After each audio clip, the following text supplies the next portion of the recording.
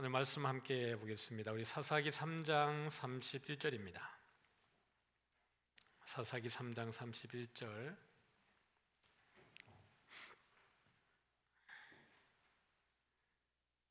같이 읽을게요. 읽겠습니다.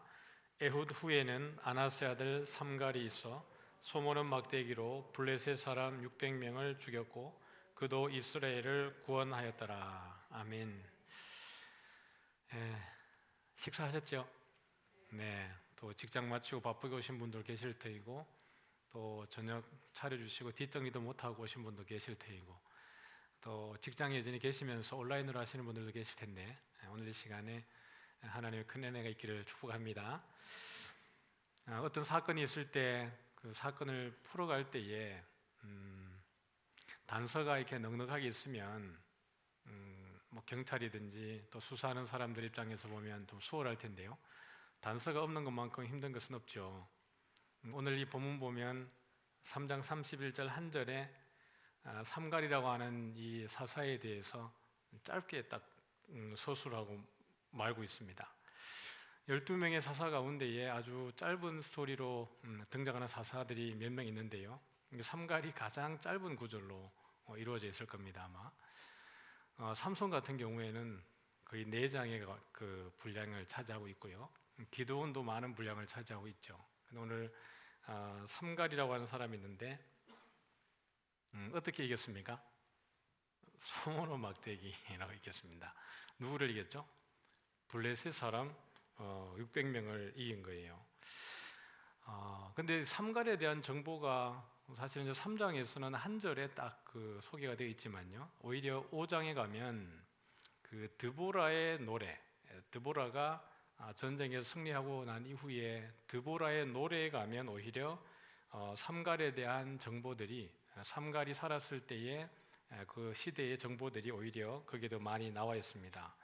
사사기 5장 6절부터 8절까지 보면 이렇게 나와 있어요. 아나세 아들 삼갈의 날에 또는 야엘의 날에는 대로가 비었고 길의 행인들은 오솔길로 다녔도다. 대로가 비었고 행인들은 이제 오솔길로 다녔다 그랬으니까요. 어떤 상황이었겠습니까? 이게 탄압이 되게 심했다는 걸 보여주고 있죠. 근데 지금 삼갈이 대적하고 있는 민족이 어디예요? 블레셋이에요. 블레셋은 기본적으로 강한 민족입니다. 삼손을 보면 그 13장부터 16장까지 삼손에 대한 이야기거든요. 삼손이 대적하고 있는 민족이 어디예요? 블레셋이에요. 삼씨가 대적하는 나라는 블레셋입니다.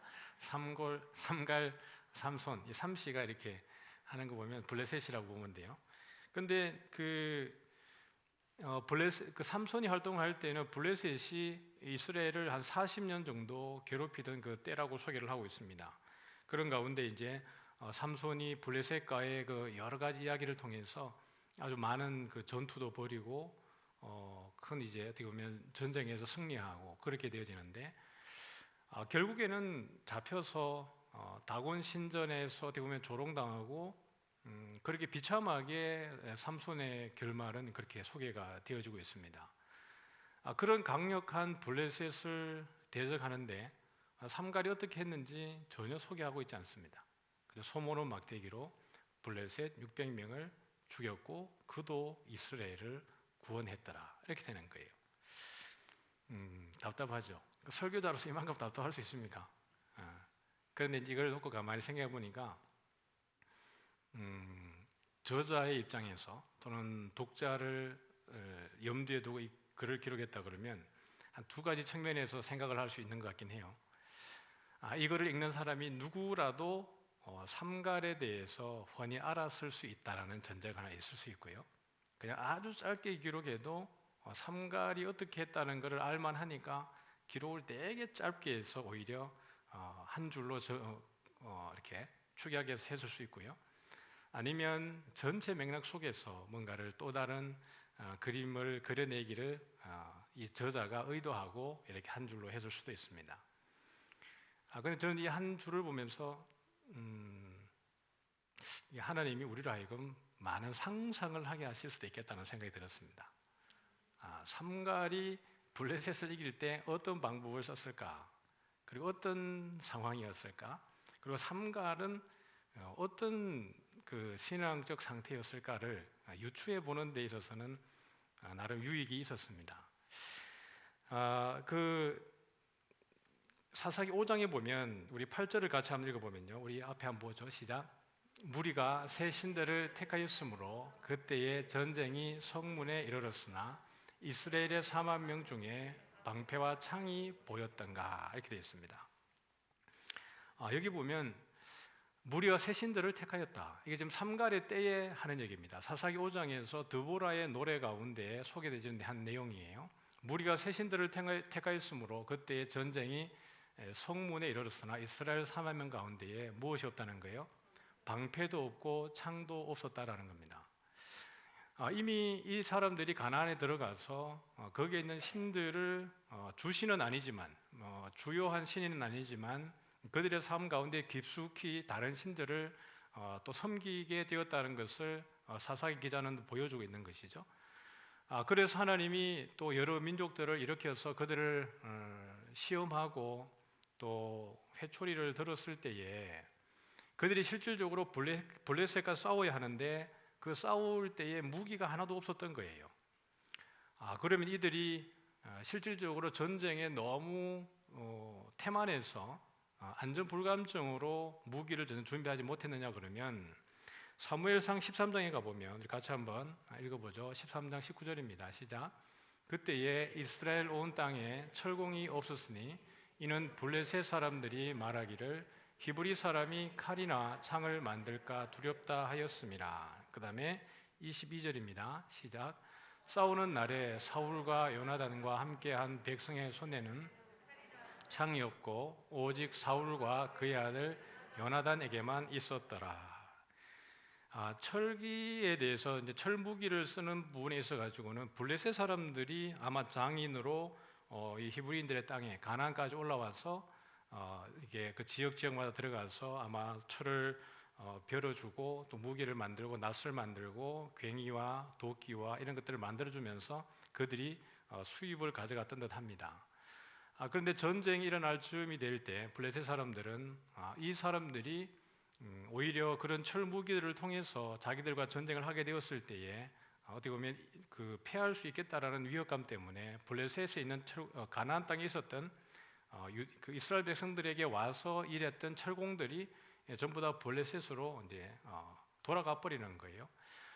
그러고 보면 이미 이 이후에 그 시간이지만 이때도 보면 이스라엘 백성들이 철기를 가지고 무기를 만들 수 있는 능력들은 없었던 듯합니다. 그러니까 지금 여기 삼갈의 때에는 블레셋과 싸워서 전쟁을 할 만한 무기를 만들 능력이 아직은 갖춰지지 않았던 것 같아요. 이것은 지금 이 이스라엘 백성들이 가지고 있는 영적인 상태를 이야기합니다. 그 열국에 대해서 주변에 있는 민족들에 대해서 이들이 전혀 대항할 수 없을 만큼 연약한 존재라는 것을 보여주고 있는 것이고, 삼갈이 소모는 막대기라고 했는데 이 소모는 막대기가 모세가 어떤 지팡이를 들었는지 유추할 수 없지만 그런 지팡이의 개념이 아니라 진짜 그야말로 막대기입니다. 여러분 이제 어릴 때 소 많이 먹여보시죠? 소 먹이러 다니면 막대기를 들떴던 막대기를 듭니까? 그냥 산에서 나뭇가지 하나 꺾어가지고 이제 소를 이렇게 훌치고 이렇게 하는 거죠. 그리고 이제 소 줄이 있으니까요. 소 줄로 콧줄에 연결해서 그렇게 소를 몰고 다니곤 합니다. 그러니까 소모는 막대기라고 하는 것은 아주 하찮은 연약한 어떤 기구에 지나지 않는다는 것을 이야기를 하는 겁니다.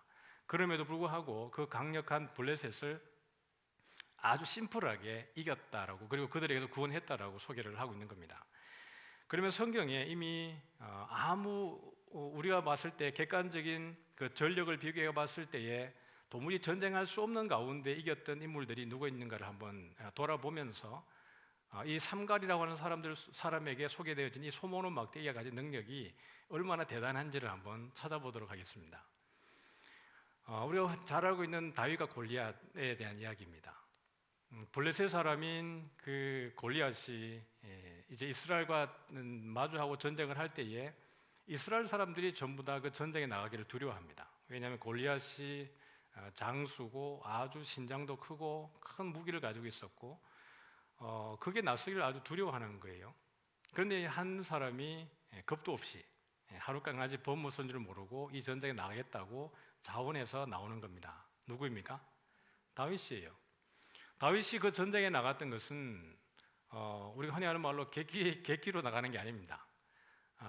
아무도 나가지 못하니까 두려워 떠니까 그냥 그 마음속에 막연한 어떤 기대감으로 내가 이길 수 있겠다는 마음으로 나가는 것이 아니라 이미 그는 이 전쟁에 나가기 전에 하나님의 살아계심과 하나님의 능력, 하나님은 진짜 나와 함께 하고 있다는 것에 대해서 1도 흔들림이 없이 믿음 안에 확고한 그 경험들을 가지고 있었던 사람이 다윗입니다.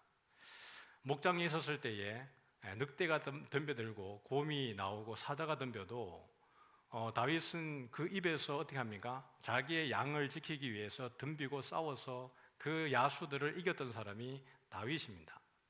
근데 다윗이 생각할 때 자기의 힘으로 이겼다라고 생각하는 게 아니라 이것은 누가 이기게 하신 거예요? 하나님이 이 전쟁에서 그 야수들과의 전쟁에서 이기게 했다라고 하는 것에 대한 확신이 있는 것이고 하나님은 나와 함께 한다는 것에 대한 믿음이 있었습니다. 다윗 골리앗과 싸울 때에 골리앗이 다윗을 보고 얼마나 기가 찼냐 그러면 네가 나를 개로 여기느냐 이렇게 했습니다. 네가 나를 개로 여기고 손에 막대기 하나 들고 나를 잡으러 나오느냐 이렇게 이야기하는 거예요. 내가 너를 죽여서 공중의 새와 땅의 짐승의 밥이 되게 하겠다 이렇게 이야기를 하는 겁니다. 그런데 다윗이 하는 이야기가 이것인 거죠. 네가 칼과 창과 단창으로 나오지만은 나는 만군의 여호와의 이름으로 나간다. 내가 너를 공중의 새와 들의 짐승의 밥이 되게 하겠다 이렇게 하는 거예요. 여러분 대단하지 않습니까? 전력상으로 봤을 때는 도무지 다윗이 이길 수 없습니다. 누가 봐도. 그리고 그 손에는 아마 막대기 하나가 골리앗 손에 보였던 것 같습니다. 내가 개냐 이렇게 되는 거예요. 골리앗이 볼 때는 누가 개같이 보였겠습니까? 다윗이 개같이 보이는 거죠. 아주 어리고 그 다음에 그냥 창을 던질 필요도 없이 오면 그냥 툭 치면 쓰러질 것 같은 젊어 보이고 예뻐 보이고 잘생겨 보이는 청년 하나가 자기 죽이겠다고 덤벼드니까요. 그렇게 하면서 이 두 사람이 붙어지게 되는데 다윗은 이렇게 이야기합니다. 여호와의 구원하심이 칼과 창에 있지 아니함을 이 무리에게 알게 하리라. 구원이 칼과 창과 단창에 있지 않은 것을 내가 증명해 보이겠다라는 겁니다. 이것은 여러분 그저 객기가 아닙니다. 분명히 이 전쟁에서 하나님이 개입하고 있고 하나님이 이 전쟁을 주관한다는 것에 대해서 확신이 있기 때문에 다윗은 추호도 의심 없이 이 이야기를 하는 것입니다. 믿음의 고백인 것이죠. 그럴 때 다윗이 달려오는 걸 보고 아주 만만했을 겁니다. 그러나 골리앗이 전혀 예측할 수 없었던 것은 다윗이 막대기를 쓴 게 아니라 뭐예요? 물매를 쓴 겁니다. 물맷돌을 쓴 거예요. 또 다른 비책이 다윗에게는 있었습니다. 이 근접 거리에서 서로 맞붙어서 백병전을 했으면 다윗이 100번 졌겠죠. 그러나 다윗은 원거리에서 근접하지 않고 멀리에서 이길 수 있는 그만의 무기가 있었는데 물맷돌이었습니다. 양을 지키는 자였기 때문에 아마 멀리서 야수들을 물리치고 쫓아내기 위해서는 막대기도 필요했겠지만 물매도 필요했을 겁니다. 아마 연습을 많이 해서 베냐민 사람들 가운데에서 그 왼손잡이들이 한 700명 있다고 그랬는데요. 그 왼손잡이들 가운데에 전부가 물매를 던지는 사람이었고 던지면 백발백중하는 사람들이 700명 있다고 그랬습니다. 베냐민이 이스라엘 40만 군사와 대적할 때 자신 있는 이유가 있었습니다. 물매 드는 700명이 정확하게 던져서 적군을 이길 수 있는 능력이 있었기 때문에 베냐민은 교만해서 이스라엘과 전쟁에서 1, 2차 전투에서 한 번도 지지 않았던 거예요. 그러니까 3차에서는 완전히 멸망하기 직전까지 가는 것이지만요. 양을 지키고 하다 보니까 다윗도 아마 물매로 많은 훈련을 했을 것이고 그의 능력은 되게 탁월했을 겁니다. 한 방에 골리앗을 물리치는 거예요. 다윗에게는 골리앗과 비교했을 때 그 무기 체계로 봤을 때는 전혀 비교할 수 없는 그런 상황입니다. 정말 막대기 하나 들고 물매 들고 전쟁에 나간 거예요. 그러나 이 물매가 맞지 않았으면 어떻게 됐겠습니까? 맞지 않았으면 지는 거죠. 그러나 이 물매에 돌이 골리앗의 이마에 정중앙에 맞게 하신 것은 누구겠습니까? 하나님이 그렇게 하실 줄 믿으시기 바랍니다. 우리가 할 수 있는 게 뭐 얼마나 되겠습니까? 그럼에도 불구하고 다윗이 그렇게 나갈 수 있었던 것은 하나님의 살아계심에 대한 추호도 흔들림이 없는 믿음과 그의 삶의 작은 부분에서 매일매일 경험되어지는 하나님에 대해서 이것은 재수다, 운이 좋았다라고 말하지 않고 매일의 그 모든 삶에 일어나는 그 작은 일들이 하나님의 것이라고 늘 고백하고 그의 삶에서 그것을 인정하게 되어질 때에 더 큰 일들을 다윗은 꿈을 꾸고 이것을 보여주게 된 줄 믿습니다. 그래서 이 골리앗과의 전쟁에서 다윗이 보여준 것은 무엇이에요? 구원은 칼과 창에 있지 않다. 만군의 여호와의 이름에 이 전쟁에 승리가 있다는 것을 보여주는 거예요. 이것 이외에도 이스라엘이 사울이 왕이 되었을 때요, 믹마스에서 블레셋과 전쟁을 할 그런 상황이 있었습니다. 전력상으로 봤을 때는 이스라엘이 너무나 열악한 상황이었어요. 블레셋이 훨씬 많은 군대를 이끌고 이스라엘과 대치를 하고 있었을 때 사울의 아들 요나단이 종 한 명을 데리고 이 믹마스 지역으로 몰래 기습해서 들어갑니다. 들어갈 때에 요나단이 뭐라고 했냐 그러면 같이 한번 읽어볼까요? 사무엘상 14장 6절입니다. 같이 한번 읽어보죠. 요나단이 자기의 무기를 든 소년에게 이르되 우리가 이 할례 받지 않은 자들에게로 건너가자. 여호와께서 우리를 위하여 일하실까 하노라. 여호와의 구원은 사람이 많고 적음에 달리지 아니하였느니라. 아멘. 이 요나단과 종이 올라가게 되었을 때 그들을 쳐들어가서 한 몇 명만 죽였습니다. 쳐들어가서 한 20명 정도를 치고 들어갔는데요. 그때의 그 적진 가운데서 큰 혼란이 일어났는데 성경은 이렇게 이야기합니다. 14장 15절에 같이 읽어보죠. 시작. 들에 있는 진영과 모든 백성들이 공포에 떨었고 부대와 노략군들도 떨었으며 땅도 진동하였으니 이는 큰 떨림이었더라. 여러분, 두 사람이 들어갔습니다. 요나단과 요나단을 따르는 종 한 명이 들어간 것뿐이에요. 그리고 나서 한 20명 정도를 그들을 물리치고 진격을 했는데 이것을 본 사람들이 그 안에서 어떤 게 있었죠? 들에 있는 진영과 모든 백성이 무엇에 떨었습니까? 공포에 떨었습니다. 부대와 노략군들도 떨었고 땅도 진동하였으니 이는 큰 떨림이었더라. 이렇게 됐습니다. 여기 여러분 이제 한글 성경 가지고 계신 분 보면 거기에다가 풋노트로 일을 하고 아마 괄로 친 게 있을 겁니다. 거기에 보면 어떻게 되냐 그러면 하나님이 떨리게 하심이었더라 이렇게 되어 있습니다. 하나님이 떨리게 하심이었더라. 이 전쟁 누가 하신 거예요? 하나님이 하신 거예요.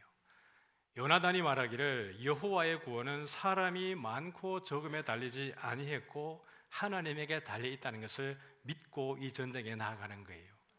그랬더니 하나님이 그 믿음을 보시고 들에 있는 진영과 모든 백성들을 공포에 떨게 하고 부대와 노략군도 떨게 하고 땅도 진동했으니 이것은 여호와께서 그들을 두렵게 했기 때문이었다라고 이야기를 하는 거예요. 신명기 7장 우리 20절과 21절을 보면 같이 한번 읽어보겠습니다. 시작. 내 하나님 여호와께서 또 왕벌을 그들 중에 보내어 그들의 남은 자와 너를 피하여 숨은 자를 멸하시리니 너는 그들을 두려워하지 말라. 너희 하나님 여호와 곧 크고 두려운 하나님이 너희 중에 계심이니라. 아멘. 20절을 다시 한번 보여주시기 바랍니다. 20절을 보면 그 앞에 내 하나님 여호와께서 또 무엇을 보내세요? 왕벌을 그들 중에 보내어라고 되어 있는데요. 이 왕벌이라고 하는 그 원문의 단어 속에 왕벌이기도 하지만 동일한 단어가 가진 여러 가지 의미가 어떤 거냐 그러면 패닉, 혼란, 두려움입니다. 그러니까 하나님이 전쟁을 할 때 그들 가운데 뭘 보내시는 거예요? 패닉 상태를 만드는 거예요. 혼란과 두려움을 그들에게 보내어서 그들을 패하게 하시는 것입니다. 그래서 21절 다시 가보면 시작.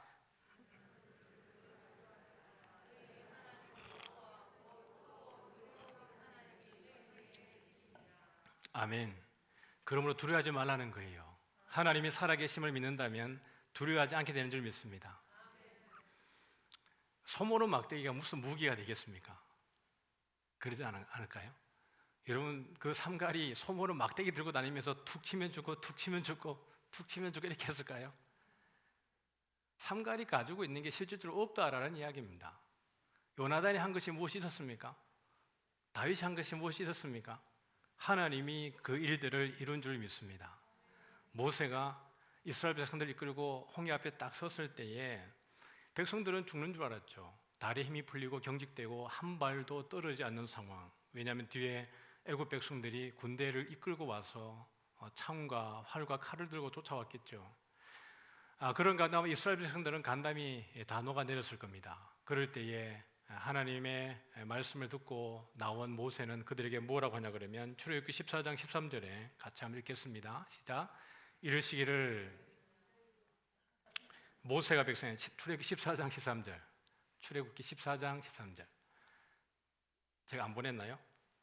안 보낸 것 같습니다. 제가 읽어드리죠. 너희는 두려워하지 말고 가만히 서서 여호와께서 오늘 너희를 위하여 행하시는 구원을 보라. 너희가 오늘 본 애굽 사람을 영원히 다시 보지 아니하리라. 너희는 두려워하지 말라는 거예요. 가만히 서서 여호와께서 행하시는 구원을 보라는 겁니다. 그리고 그 홍해가 갈라지고 그들이 마른 땅으로 홍해를 건너는 겁니다. 홍해를 건너서 맞은편 땅으로 가게 되었을 때에 그들은 이미 무엇을 한번 경험한 거예요? 자연적 상황 속에서는 이미 죽었던 죽음을 경험하고 새 생명을 얻고 다음 건너편의 땅에서 새 나라를 경험하게 되어지는 겁니다. 그런데 그들을 쫓아 들어오는 애굽 군대들은 어떻게 되는 거예요? 홍해가 다시 합하여지게 되었을 때에 그 들어온 모든 군대들이 죽임을 당하는 겁니다. 그것을 통해서 그들이 하나님이 이 일들을 이루시는구나라고 하는 것을 보게 되는 거예요. 모세 손에 들린 것은 그 지팡이 하나입니다. 지팡이에 능력이 있었겠습니까? 지팡이를 손을 뻗으면 광선이 나가고 힘이 나갔겠습니까? 모세는 가진 것이 아무것도 없습니다. 하나님 말씀에 순종할 때 거기에 능력이 있는 것이에요. 삼갈이 가지고 있는 것은 아무것도 없었을 겁니다. 그냥 그의 삶이 소모는 사람이었다라는 정보가 아니었겠습니까? 소모는 막대기로 이겼다는 것은 소모는 막대기로 이겼다는 게 아니라 삼갈이 늘 하는 것이 목축을 하고 덜에 있고 소치는 사람이었다는 것을 말하는 것이 아니었겠습니까?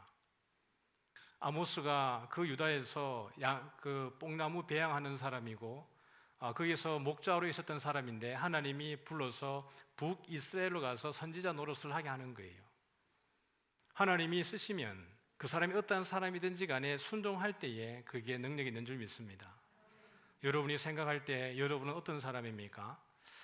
대단히 탁월한 능력을 가지고 있다고 자부합니까? 아니면 나는 진짜 보잘것없는 사람이라고 생각하십니까? 어떻게 판단하시든 상관없는데요. 여러분이 하나님이 여러분과 함께하면 여러분은 대단한 사람인 줄 믿으시기 바랍니다. 하나님은 살아계십니다. 지금까지 우리가 살아오고 있고 또 여러분이 이 자리에 있는 그 모든 이 지금의 이 상황 자체가 하나님이 살아계신 증거인 줄 믿으시기 바랍니다. 두려워하지 마시기 바랍니다. 내 손에 소모는 막대기 내가 뭘 할 수 있을까? 우리가 할 수 없다라고 할 때 하나님이 하는 줄 믿습니다. 내가 할 수 있다라고 자부하면 그냥 내가 하는 거예요.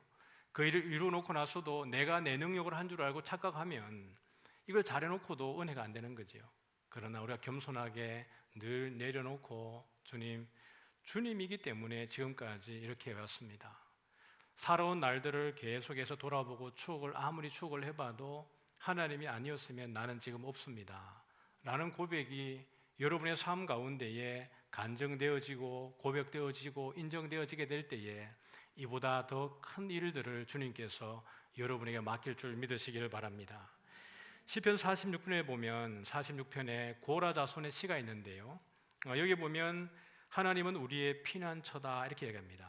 그가 힘이시니 환난 중에 만날 큰 도움이시라 그랬는데요, 우리 46편 10절 한번 보면 같이 읽겠습니다. 시작. 이르시기를 너희는 가만히 있어 내가 하나님 됨을 알지어다. 내가 뭇 나라 중에서 높임을 받으리라. 내가 세계 중에서 높임을 받으리라 하시도다. 아멘. 이 블레셋이 아무리 강하다 할지라도요, 하나님이 그 전쟁에 개입하시면 하나님이 그 광야 길을 걸은 이스라엘 백성들 가운데 에돔에서도 나오시고 또 시내가에서 나오시고 땅을 진동케 하셔서 그 적군들의 마음을 어지럽게 하고 두렵게 하고 하나님의 살아계심을 하나님 당신이 이루신다라는 거예요. 삼갈의 이 한 절이 우리에게 주는 메시지는 무엇이겠습니까? 삼갈이 한 게 아무것도 없다라고 말하고 싶은 게 아니에요. 우리가 히브리서 11장 가보면 11장 32절에 가보면요, 같이 한번 읽어볼게요. 히브리서 11장 32절인데 안 떴나요? 제가 읽어드리겠습니다. 내가 무슨 말을 더하리요? 기드온, 바락, 삼손, 입다, 다윗 및 사무엘과 선지자들의 일을 말하려면 내게 시간이 부족하리로다. 그게 누가 등장하냐 그러면 기드온, 바락, 삼손, 입다입니다. 이거 누구예요? 사사들이에요. 누가 등장한다고요? 기드온, 바락, 삼손, 입다. 히브리서 11장은 무슨 장이에요? 믿음장이에요. 그러면 여기 등장한 사사들 4명만 이야기하는 걸까요? 아니에요. 12명의 사사가 다 포함이 되어져 있을 겁니다. 히브리서 기자가 생각할 때 아마 대표적인 사사들만 여기에다가 아마 서술을 했을 겁니다. 그런데 이 사람들이 믿음의 길을 걸어오고 믿음으로 살았다라는 것, 어떤 환난과 어려운 가운데 있어도 절대로 뒤로 물러가지 않고 하나님을 찾았던 사람들의 그 이야기를 진술하는 가운데에 너무 많으니까 노아로부터 시작을 해서 또 아브라함, 모세, 다윗, 또 사라, 여러 사람들의 믿음의 사람들을 다 이야기하는 가운데에 너무 많으니까 한 번에 이제 정리해서 이야기했는데 기드온, 바락, 삼손, 입다, 사무엘, 그 다음에 다윗, 그 다음에 여러 선지자들이 이야기를 하는데 이 사람들의 일을 다 말하려면 내게 무엇이 부족하다는 거예요? 시간이 부족하다라는 겁니다. 어떤 사람은 짐승의 밥이 되기도 하고 톱에 켜이기도 하고 여러 사람 고난이 있었지만 어떤 이들도 그 가운데에서 포기하지 않고 끝까지 믿음 가운데 있었던 믿음의 사람들을 이야기하고 있는 것이에요. 그럼 우리가 이 삼갈도 어디에 들어가 있겠습니까? 믿음의 사람이었던 겁니다. 이 사람도 오직 믿음으로 하나님의 살아계시고 하나님께 나아가는 자는 하나님이 상 주신다는 것에 대해서 믿음을 가지고 뒤로 물러가지 않으며 오직 믿음으로 이 걸음을 걸어갔던 사람인 것을 보여줄 수 있다는 것이죠. 사사기 5장에 보면 드보라의 노래에 이 구절이 나옵니다. 5장 3절을 한번 읽어보죠. 같이 읽습니다. 시작. 너희 왕들아 들으라, 통치자들아 귀를 기울이라.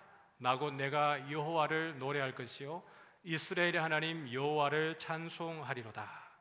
그러면서 뒤에 나오는 내용이 이겁니다. 여호와여, 주께서 세일에서부터 나오시고 에돔들에서부터 진행하실 때에 땅이 진동하고 하늘이 물을 내리고 구름도 물을 내렸나이다. 산들이 여호와 앞에서 진동하니 저 신의 산도 이스라엘의 하나님 여호와 앞에서 진동하였나이다. 하나님이 다 하셨다는 이야기입니다.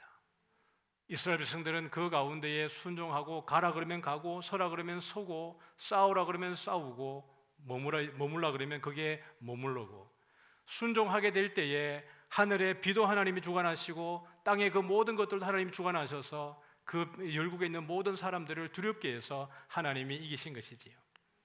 우리에게 필요한 것은 하나님에 대한 철저한 믿음입니다. 우리 손에 소모는 막대기 무엇이겠어요? 우리의 일상입니다.